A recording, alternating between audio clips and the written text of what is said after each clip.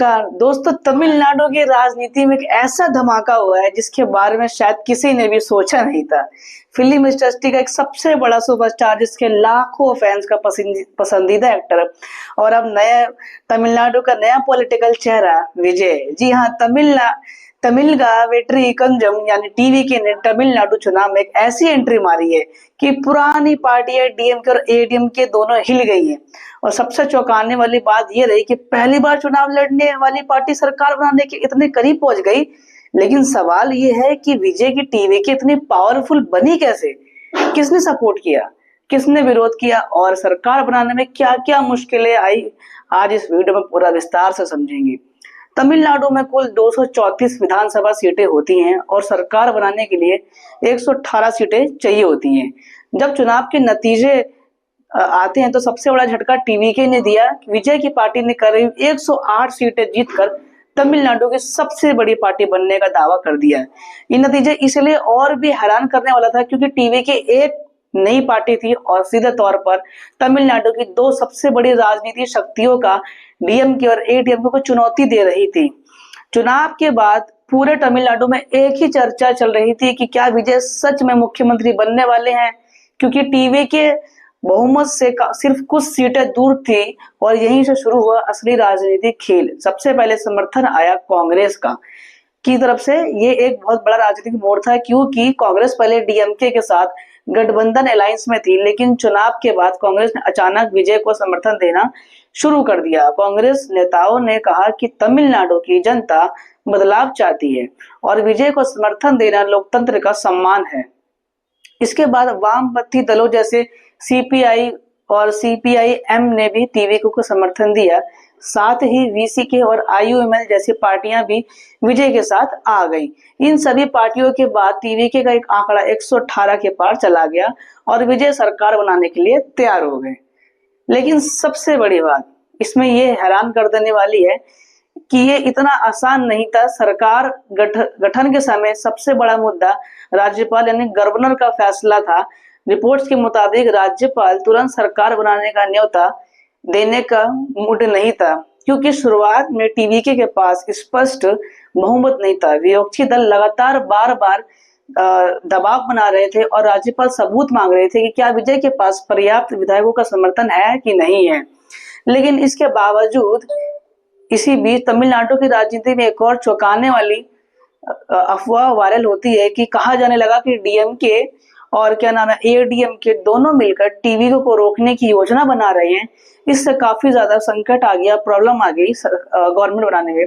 सोचिए, ऐसी दो पार्टियां जो सालों से एक दूसरे की सबसे बड़ी दुश्मन रही, वो सिर्फ विजय को रोकने के लिए एक साथ आ सकती है। इस अफवाह ने तमिलनाडु की राजनीति को और भी गरमा दिया।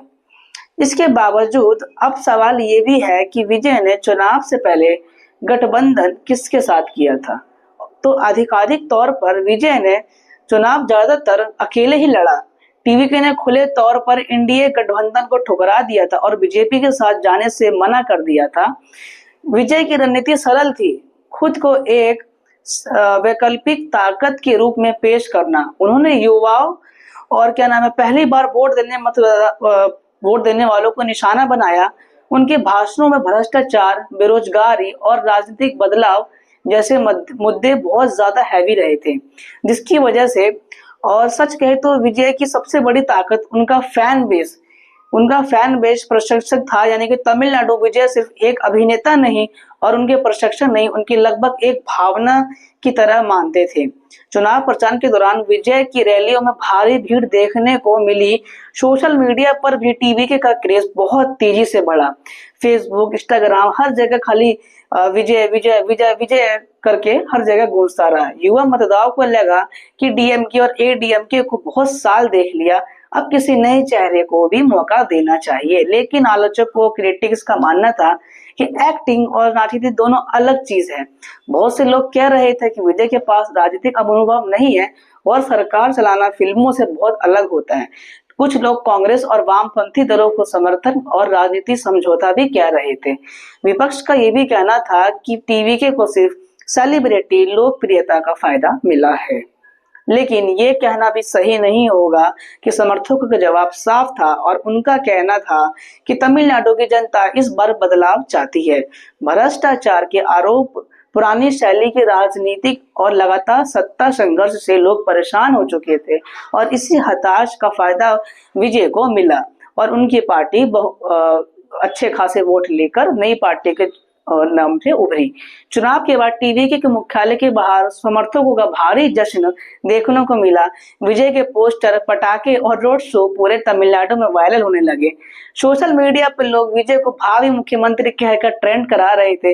ये पल तमिलनाडु की राजनीति के इतिहास में का एक बड़ा मोड़ जाना जा रहा था, क्योंकि ये पहली बार ऐसा था कि कोई एक एक्टर आता है, पहली बार चुनाव में हिस्सा लेता है और वो पहली बार में जीत जाता है। अब विजय के सामने सबसे बड़ी चुनौती ये है कि क्या वो वादों को पूरा कैसे किया जाए, क्योंकि विपक्ष अब भी मजबूत है और तमिलनाडु जैसे राज्य को संभालना कोई आसान काम नहीं है होता है। जनता की उम्मीदें उनसे बहुत ज्यादा है और युवाओं का रोजगार, महंगाई, विकास और भ्रष्टाचार नियंत्रण जैसे मुद्दों पर टीवी को काम करना पड़ेगा।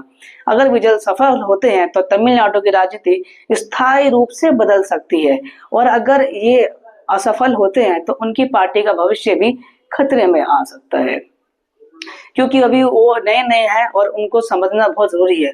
तो दोस्तों, सिनेमा का सुपरस्टार अब राजनीति का भी एक शक्तिशाली खिलाड़ी बन चुका है, लेकिन असली फिल्म अब शुरू हुई है, क्योंकि चुनाव जीतना एक बात है और पूरा राज्य सफलतापूर्वक चलाना अलग बात है।